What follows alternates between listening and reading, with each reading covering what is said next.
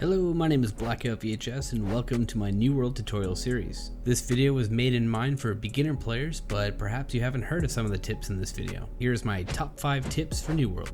Number 1 on my list is locking your gear. Simply press tab to open up your inventory, hover your mouse over the item you wish to lock, hold L on your keyboard and left click, and now you're going to see a little lock icon over the item. This is going to stop you from accidentally deleting things you didn't mean to. Maybe you have some items that you want to put aside for later use in your storage, and you don't want to accidentally delete those guys, so make sure to lock your items. In New World, there's a weight system in place that dictates your movement. There are 3 weight classes, and each class has their own pros and cons. You can see how weighed down you are by pressing tab and referencing the weight meter on the left-hand side of the screen. Furthermore, you can click on an item to see its weight class and how many pounds the item weighs.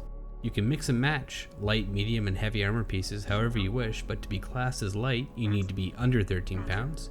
To be medium, it's 13 plus pounds, and heavy is over 23 pounds. If your class is light, you get a 20% overall damage buff and the best roll animation in the game. Most players aiming for PvP-oriented gameplay or simply high damage seeking characters pick this class as the mobility and damage perks are hard to pass up. The downside to light armor is you have less of it, meaning it will take more damage since you lack the armor that would normally absorb it. Use that roll animation to avoid any and all damage coming your way, as you can and will die rather quickly. Medium armor grants you a 10% overall damage and healing buff, but your dodge animation is a small hop. You will also get a 10% buff to CC, crowd control, which are abilities that stun or slow an enemy, hindering their movement.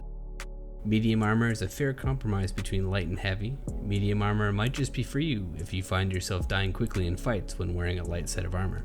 Last but not least, heavy armor will provide you with excellent protection.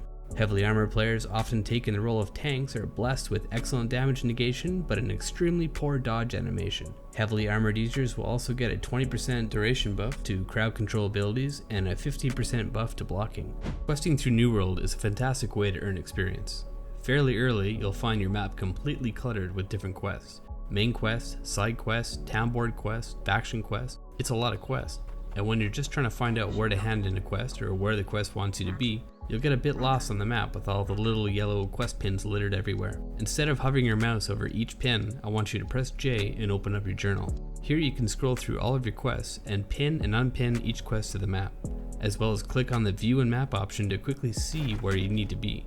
Now you simply want to right click on the map to create your personal waypoint, zoom out a bit using your scroll wheel, and now you're quickly on your way. Azoth is very important in New World. Its main use, but not limited to, is fast traveling, and boy oh boy does New World get you traveling often.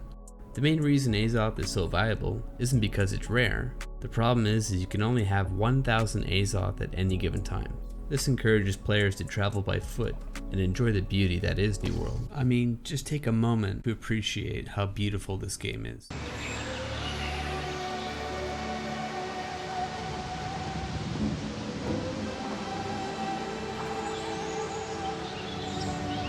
But if you're in a hurry or just want to keep yourself stocked up on this blue gold, here's how. The main quest rewards don't only provide you excellent experience and sometimes rare loot, but often you'll receive a hefty chunk of Azoth. I think this is because the main quest line really does put you on every inch of the map, and without a sprint ability, you're going to be fast traveling often. Tool perks. Not only will higher grade tools like Star Metal yield you more resources, you'll have a chance at Azoth if you shop carefully. Check the trade house for tools, or craft your own. Make sure you snag a tool with an Azoth perk on it. For example, this axe offers a chance at gaining Azoth, and since you'll be chopping a lot of wood anyways, why not refill that Azoth tank while you're at it? All my tools provide me with Azoth. Mob farming. Depending on the difficulty level of the mob you're killing, you can get anywhere from 1 to 15 Azoth per kill. This is pretty self-explanatory, but if I may suggest, try farming animals. If you kill an animal, you can usually skin it, if you have a skinning knife handy that is. And if that skinning knife happens to have an Azoth perk on it, well, now you're getting XP and Azoth for the kill, XP and Azoth for skinning, as well as some hides and other materials if you're lucky. My last 3 Azoth tips aren't really about farming Azoth, but rather about conserving it.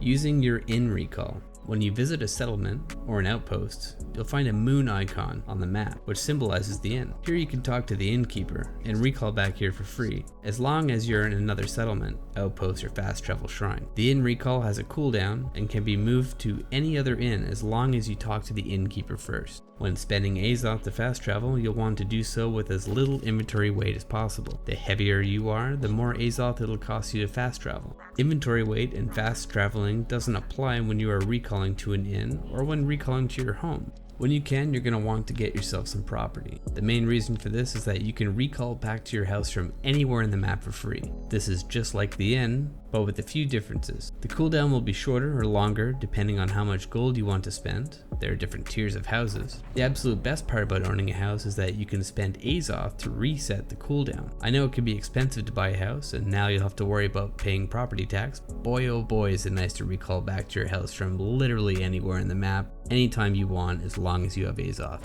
Did you spend all your points into dexterity, but you're tired of using the bow? No problem. A really nice feature of New World is that whenever you want, you can reset your character attribute points and respend them where you want. This effectively lets you play any way you want at any given time. Respecking is free up to level 20, and after that it costs gold. Progressively more gold as you level higher. The same goes for weapon mastery, but I'll share that in another video. I won't get into detail about where to spend your points just yet, but I'll let you know that you're most likely going to want to spend at least 100 points into Constitution. I see way too many character builds out there complaining they are dying quickly, but this is because builds aren't copy and paste for everyone. Just because your favorite influencer plays a glass cannon wrapped in light armor doesn't mean you should, unless that playstyle suits you. Just make sure to compensate with some points spent into Constitution, and maybe carry a healthy supply of health pots. I hope you enjoyed this video, and I hope you learned something, whether you're brand new or an experienced player. If you did, consider throwing me a like. If you like future content, please subscribe and click the bell. Did this video help you? Let me know in the comment section below. If you've made it to the end, thank you so much for watching. My name is BlackoutVHS, and I'll see you guys next time in Eternum.